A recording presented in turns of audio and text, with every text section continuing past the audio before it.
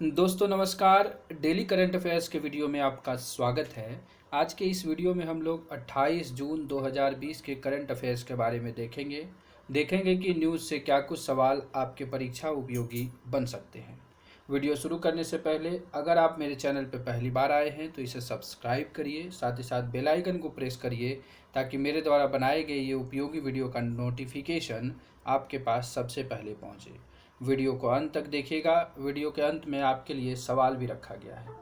चलिए देखते हैं। पहला सवाल है, निम्नलिखित में से किस राज्य ने एट वन क्लिक पहल की शुरुआत की है? क्या ये उत्तर प्रदेश है, राजस्थान है, गुजरात है या मध्य प्रदेश है? सही उत्तर है दोस्तों, गुजरात ने अभी एट वन क्लिक पहल शुरू की है। पूरा इसके बैकग्राउंड के बारे में जानते हैं तो एमएसएमई जो है, सूक्ष्म लघु और मध्यम जो उद्यम है और बड़ी औद्योगिक इकाई जिसमें कि वस्त्र उद्योग को भी शामिल किया गया है, उसके लिए गुजरात सरकार ने क्या है 26 जून को इस पहल की शुरुआत की है जिसका नाम एट वन क्लिक है। यह एक ऑनलाइन नगद सहायता पहल है, मतलब ऑनलाइन नगदी जो है उन्हें दिया जाएगा। अभी फ़िलहाल भारत जो है आत्मनिर्भर भारत की ओर चल रहा है, जिसमें कि एमएसएमई सेक्टर को बढ़ाने के लिए सरकार काफ़ी मदद कर रही है। तो उसके तहत ही गुजरात ने इसको शुरू किया है और इसको जो है गुजरात के मुख्यमंत्री विजय रूपानी जी ने लॉन्च किया है। अब इसके बारे में थोड़ा सा जाने। वही एट वन क्लिक जो है ऑनलाइन सहायता पहल है जिसके लिए गुजरात सरकार ने एमएसएमई और बड़ी औद्योगिक इकाइयों के लिए 1369 करोड़ रुपए की वित्तीय सहायता दी है। और कुछ जाने तो इसका उद्देश्य क्या है? सीधा सा बात है कि एमएसएमई जो है, राज्य सरकार एमएसएमई, व्यापारी, बड़े उद्योग और व्यवसायों जैसे क्षेत्रों को प्रेरित करके राज्य की जीवंतता को बहाल करना चाहती है और ये डिटेल आपको आत्मनिर्भर भारत से कहीं ना कहीं जोड़ता है। चलिए देखते हैं दूसरा सवाल। नासा ने हाल ही में अपने मुख्यालय का नाम किसके नाम पर रख दिया है? मतलब नासा का जो मुख्यालय है उसके जो बिल्डिंग का नाम है उसके नाम को बदल दिया गया है। अभी किसके नाम से कर दिया गया है? क्या ये मैरी डब्ल्यू जैक्सन के नाम के, बराक ओबामा के नाम पे, डोनाल्ड ट्रंप या मैरी डब्ल्यू सिकर्म के नाम से? सही उत्तर है दोस्तों, मैरी डब्ल्यू जैक्सन के नाम से बिल्डिंग का नाम कर दिया गया है। कुछ और इसके बारे में देख लें तो कहा गया है कि ये जो मैरी डब्ल्यू जैक्सन है ये कोई और नहीं है, ये नासा की अपनी पहली अफ्रीकी अमेरिका महिला इंजीनियर हैं और उसी के नाम पर जो है अभी अपने मुख्यालय की बिल्डिंग का नाम रख दिया गया है। NASA names headquarters after engineer Mary W Jackson. ठीक है। अब जो मैरी जैक्सन है उनकी सफलता की कहानी भी छप चुकी है और उसके लिए जो किताब था उनका नाम है हिडन फिगर्स। ये सवाल भी पूछा जा सकता है कि हिडन फिगर्स बुक किसके ऊपर है? तो ये मैरी डब्ल्यू जैक्सन के ऊपर ही है। ठीक है। और ये बता दें कि जो हिडन फिगर्स जो बुक लिखी गई थे, इसलिए नासा के मुख्यालय के बाहर की जो सड़क है उसे 2019 में हिडन फिगर्स के नाम से दे दिया गया है। उस सड़क को हिडन फिगर्स रोड नाम दे दिया गया था। तो ये हम लोगों ने देखा दूसरा सवाल। अब तीसरा सवाल है, हाल ही में सूडान, इथोपिया और मिस्र के बीच 9 साल से किस नदी पर विवाद चल रहा है? चर्चा में 9 साल से यह चल रहा है। अभी चर्चा में इसलिए आ गया है क्योंकि अब यह विवाद जो है सुलझने के कगार पर पहुंच गया है। क्या वो वाइट नाइल है, ब्लू नाइल है, कॉन्गो रिवर है या ऑरेंज रिवर है? ये चारों की चारों नदियां जो हैं अफ्रीका की ही है। तो जो विवाद है 9 साल से इन तीनों के बीच वो है ब्लू नाइल को लेकर के। किसको लेकर के? नील नदी को लेकर के। ठीक है। ब्लू नाइल को लेकर के जो है विवाद है। आइए हम उस विवाद के बारे में जो है पृष्ठभूमि को जान लेते हैं और पृष्ठभूमि के बाद उसके बाद आपको जो इन्फोग्राफिक के माध्यम से मैं याद करवाऊंगा ताकि आप आसानी से उसे विजुअलाइज कर सके एग्जामिनेशन हॉल में। 2011 में जब इथोपिया ने क्या किया था, ब्लू नाइल पर बांध बनाने का निर्माण शुरू किया था, तो मिस्र ने उसका विरोध किया था। तो वही जो है 9 साल से अभी विवाद चल रहा है। इथोपिया में क्या है, टाना झील से उत्पन्न होने वाली ब्लू नाइल जो है, तो यहाँ पर एक सवाल बना, टाना झील से जो है ब्लू नाइल की उत्पत्ति होती है और सूडान से मिस्र की ओर यह बहती है। मिस्र मीठे पानी के लिए नील नदी पर निर्भर है और अनुमान है कि बांध 55.5 बिलियन क्यूबिक मीटर के जल संसाधनों के अपने वार्षिक हिस्से को अवरुद्ध कर सकता है। मतलब कि इथोपिया जो है ब्लू नाइल पे बांध बना रहा है। आपको इन्फोग्राफिक में देखिए, यहाँ पर आपको दिख रहा है, ये देखिए ये वाइट नाइल है, यहाँ लेक विक्टोरिया से इसका ओरिजिन होता है और ये नील नदी ऐसे होते हुए मेडिटेरियन सी में गिरती है, ये आपने देखा। लेकिन ये जो यहाँ पर देखिए ये टाना झील है इथोपिया में, जहाँ से कि ये ब्लू नाइल निकलती है और आके वाइट नाइल में मिलती है। तो ये जो है सूडान को यहाँ से पानी मिलता है, लेकिन हुआ क्या है, इस पर जो है अभी बांध बना रही है इथोपिया। इस कारण से यह विवाद 2011 से चल रहा था। अब यह फिलहाल में जो है सुधरने के कगार पर आ गया, मतलब इसका हल निकलने वाला है। लेकिन क्या हल निकलेगा, अभी उस हल के लिए प्रयास किया जा रहा है। आगे हम लोग तो नील नदी के बारे में देख लेंगे कि क्या इसका ओरिजिन है, क्या क्या इसके बारे में फैक्ट्स, जहाँ से कि ज्योग्राफी के थ्रू आपसे सवाल पूछे जा सकते हैं। तो नील नदी जो है अफ्रीका महाद्वीप की सबसे लंबी नदी है और नील नदी जो है दो प्रमुख सहायक नदी है इसकी, क्या, वाइट नाइल और ब्लू नाइल। नील नदी की ये दो सहायक नदियाँ सूडान की राजधानी खार्तूम में मिलती है। देखिए ये है आपको सूडान यहाँ पर देखिए, और यहाँ पर जो मिल रहा है ये जगह खार्तूम के नाम से जाना जाता है। सवाल बीपीएससी तक में, यूपीपीसीएस में भी कम से कम 4 बार ये सवाल पूछे जा चुके हैं। अब देखिए वाइट नाइल और ब्लू नाइल जो है खार्तूम के उत्तर में परिवर्तित होने से पहले दक्षिण सूडान और इथोपिया से सूडान में प्रवेश करती है। यहाँ सूडान में प्रवेश कर रही है, ठीक है। और खार्तूम से नदी मिस्र में प्रवेश करने के लिए नीचे की ओर बहती है। अब यहाँ से अब आप जाएंगे ऊपर तो ये मिस्र में जा रही है, यहाँ नीचे बहती है फिर ऊपर जा रही है। तो यही कहा गया है इन सब चीज़ों के बारे में। तो ये हम लोगों ने नील नदी के बारे में भी बैकग्राउंड देख लिया। इसकी उत्पत्ति विक्टोरिया, लेक विक्टोरिया से होती है।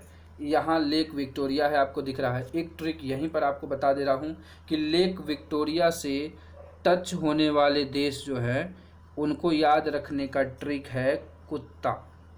कुत्ता आप याद रखिए। के से हो गया आपको केनिया, युगांडा, और टी से हो गया तंजानिया। ये 3 जो देश हैं ये लेक विक्टोरिया से टच होते हैं। इस तरह के अगर ट्रिक भी आपको चाहिए तो आप कमेंट बॉक्स में लिखिएगा, मैं आगे आपके लिए वीडियोस बना दूंगा। चलिए देखते हैं चौथा सवाल। हाल ही में किस मंत्रालय ने संकल्प पर्व की शुरुआत की है? क्या ये कृषि मंत्रालय है, उद्योग मंत्रालय है, संस्कृति मंत्रालय है या पेट्रोलियम मंत्रालय है? सही उत्तर है दोस्तों, संस्कृति मंत्रालय ने अभी इस इनिशिएटिव को शुरू किया है, संकल्प पर्व को। अब देखते हैं इस संकल्प पर्व में क्या क्या चीज़ें करनी है। तो केंद्रीय मंत्री जो है संस्कृति मंत्रालय ने 27 जून को घोषणा की है इसके, किसके, प्रधानमंत्री मोदी जी के आह्वान पर, कि 28 जून से लेकर 12 जुलाई तक ये जो 2 हफ्ता है ये एक लंबे वृक्षारोपण अभियान को संकल्प पर्व के रूप में मनाने का निर्णय लिया गया है। और केंद्रीय संस्कृति मंत्री जो है, जो स्वतंत्र प्रभार उनको है, राज्य मंत्री प्रहलाद जोशी द्वारा इसकी उद्घाटन की गई है। अब क्या है, कोविड-19 महामारी के कारण देशव्यापी तालाबंदी के दौरान देश के एक स्वच्छ और स्वस्थ वातावरण के महत्व का अनुभव किया है। और इस संकल्प पर्व के तहत जो है संस्कृति मंत्रालय ने 5 पेड़ को क्या किया है, डिनोट किया है। वो बरगद है, आंवला है, पीपल है, अशोक है, बेल है, इनको लगाने की सिफारिश की है क्योंकि ये हर्बल विरासत का प्रतिनिधित्व करते हैं। लेकिन अब इसके बाद जो है इसके पीछे का जो बैकग्राउंड है वो भी हम लोग देख लेते हैं कि मंत्रालय ने ये भी कहा है कि सभी संगठन यह सुनिश्चित करे कि प्रत्येक कर्मचारी अपने पसंद का एक पौधा अवश्य लगाए। अब इन 5 में से अगर आपको पसंद नहीं है पेड़ तो आप अपने पसंद का कोई भी पेड़ लगा सकते हैं, इसमें कोई बॉन्ड नहीं रखा गया है। साथ ही साथ ये भी कहा गया है कि जहाँ भी पेड़ लगाते हैं आप उस पेड़ को जो है अपना ध्यान भी रखिए। तो ये हम लोगों ने देखा संकल्प पर्व के बारे में। पर्यावरण को बचाने के लिए मेरी तरफ से भी आपसे अनुरोध है कि आप भी इस इनिशिएटिव में ज़रूर किसी न किसी तरीके से भाग लें। चलिए देखते हैं 5वां सवाल। हाल ही में अपोलो टायर ने किस राज्य में अपनी मैन्युफैक्चरिंग यूनिट लगाने का काम शुरू किया है? अपोलो ने अभी क्या किया है, एक नई मैन्युफैक्चरिंग यूनिट लगाएगा जिससे कि उसकी उत्पादन क्षमता बढ़ेगी, रोजगार बढ़ेगा, ये सारी चीज़ें होंगी। तो क्या ये उत्तर प्रदेश, मध्य प्रदेश, कर्नाटक या आंध्र प्रदेश? तो अपोलो ने अभी आंध्र प्रदेश में अपना एक नया यूनिट मैन्युफैक्चरिंग का लगाने का निर्णय किया है।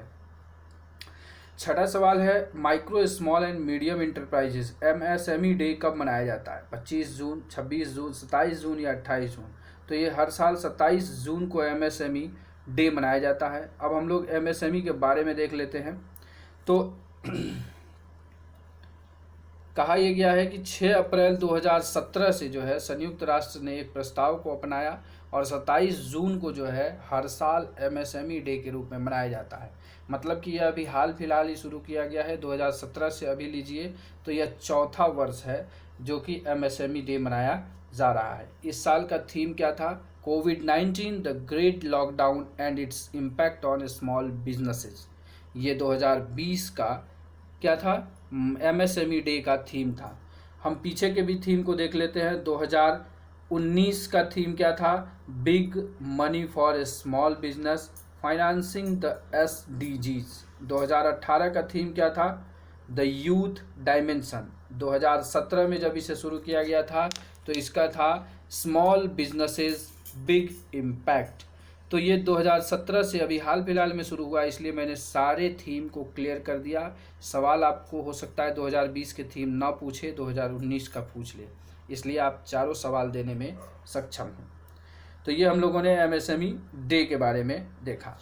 अब जो है हाल ही में रेटिंग एजेंसी है, 3 ही रेटिंग एजेंसी है, एक S&P है, एक मूडीज़ है, एक क्रिसिल है जिसके बारे में हम लोग हमेशा चर्चा करते हैं, तो एक फिच रेटिंग है, फिंच रेटिंग। ये तीनों ने अपना अपना रेटिंग दिया है भारत के लिए। तो अभी S&P जो है उसने चालू वित्त वर्ष में भारतीय अर्थव्यवस्था में सिकुड़न कितने प्रतिशत का दर्ज होने का अनुमान लगाया है? क्या वो 4 है, 5 है, 4.5 है या 5.5 है? सही उत्तर है दोस्तों 5% का सिकुड़न का अनुमान अभी S&P ने दिया है। लेकिन जितनी भी रेटिंग एजेंसियां हैं उन्होंने 2020 में भारत के सिकुड़न की बात कही है, लेकिन 2021 में भारत में एक बूम देखा जाएगा जिसको इकोनॉमिकल बूम कहा जाए। सभी लोगों ने 7.5%, 7.4 इस तरह का ग्रोथ दिया है। तो एक ये अच्छा संकेत है कि महामारी के बाद जो है भारत तुरंत उबर जाएगा। चलिए देखते हैं 8वां सवाल, हाल ही में किस बैंक ने युवा पे लॉन्च किया है? युवा पे ऐप किसने लॉन्च किया है? क्या ये ICICI बैंक ने, HDFC ने, यस बैंक ने या SBI ने? तो सही उत्तर है दोस्तों यस बैंक ने अभी इस युवा पे को लॉन्च किया है।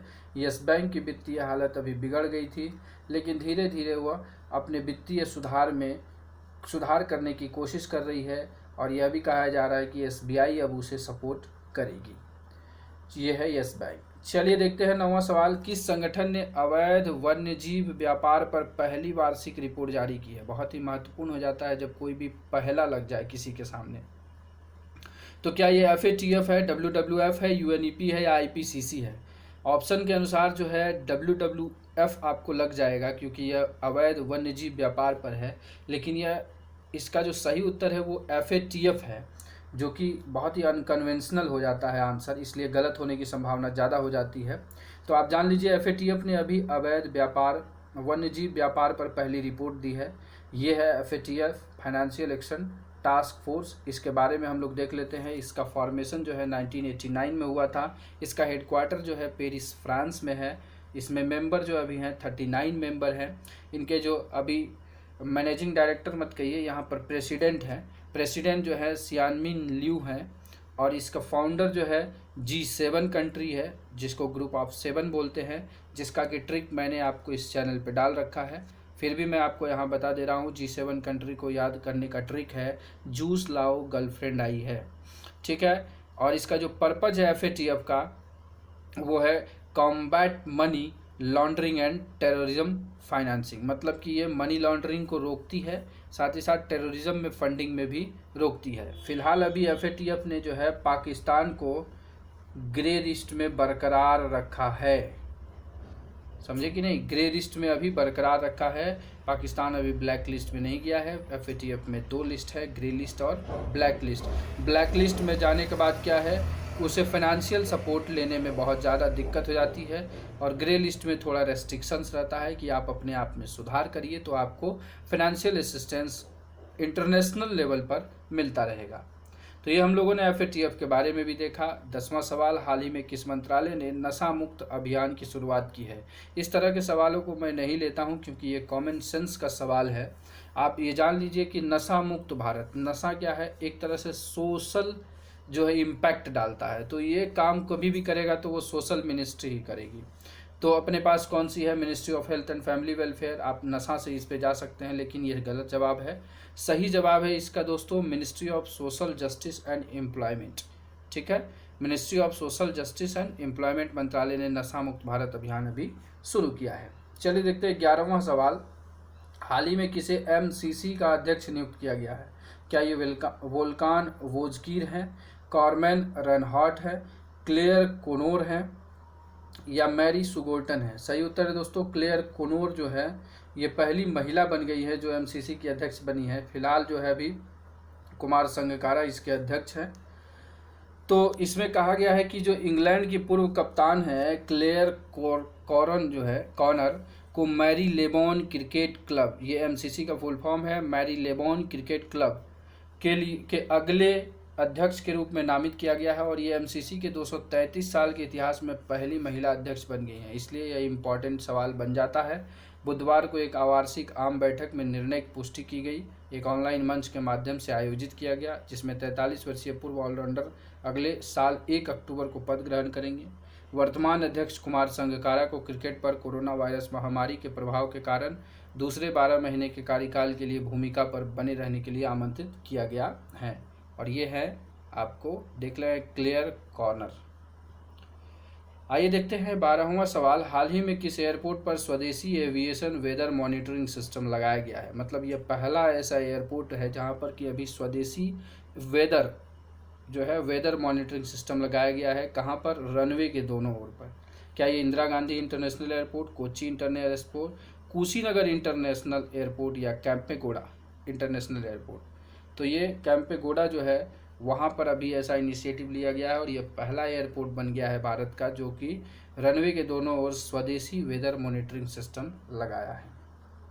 13वां सवाल है, महिला विश्व कप की मेजबानी ऑस्ट्रेलिया किस देश के साथ मिलकर कर रहा है।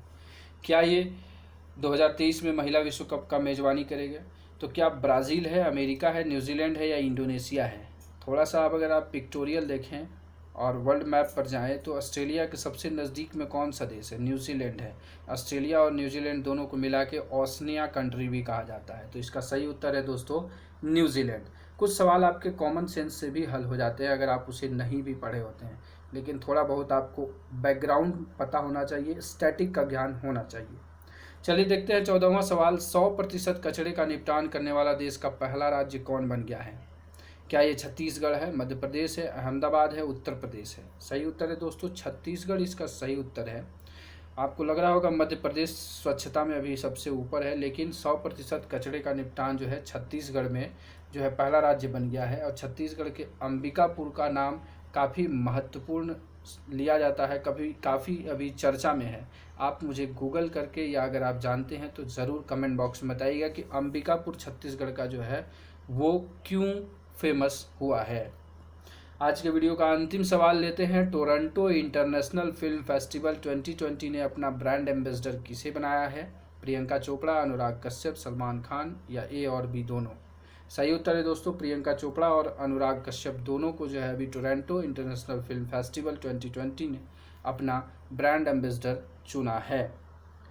तो यही अब वीडियो को समाप्त करते हैं। देखते हैं कल का सवाल जो आपसे पूछा गया था, राष्ट्रीय ध्रुवीय एवं महासागर अनुसंधान केंद्र जो है उसका मुख्यालय कहाँ अवस्थित है, मुंबई, उत्तराखंड, गोवा या कर्नाटक। सही उत्तर है गोवा दोस्तों, और सभी लोगों ने सही जवाब दिया है। मैं फिर से आपसे कहूँगा सवाल का जवाब ज़रूर दिया करिए और वीडियो को अंत तक देखा करिए। तो आज का सवाल लेते हैं, हाल ही में नौसेना द्वारा स्वदेशी रूप से विकसित टॉर्पीडो डेको सिस्टम का क्या नाम है। क्या ये खांदेरी है, करंज है, मारीच है या मृग है। कमेंट बॉक्स में अपने जवाब डिटेल के साथ लिखिएगा। वीडियो अच्छा लगा हो तो लाइक करिएगा, साथ ही साथ दोस्तों के साथ शेयर जरूर करिएगा। Sharing is caring and caring gives you happiness. And at last, thanks for watching this video.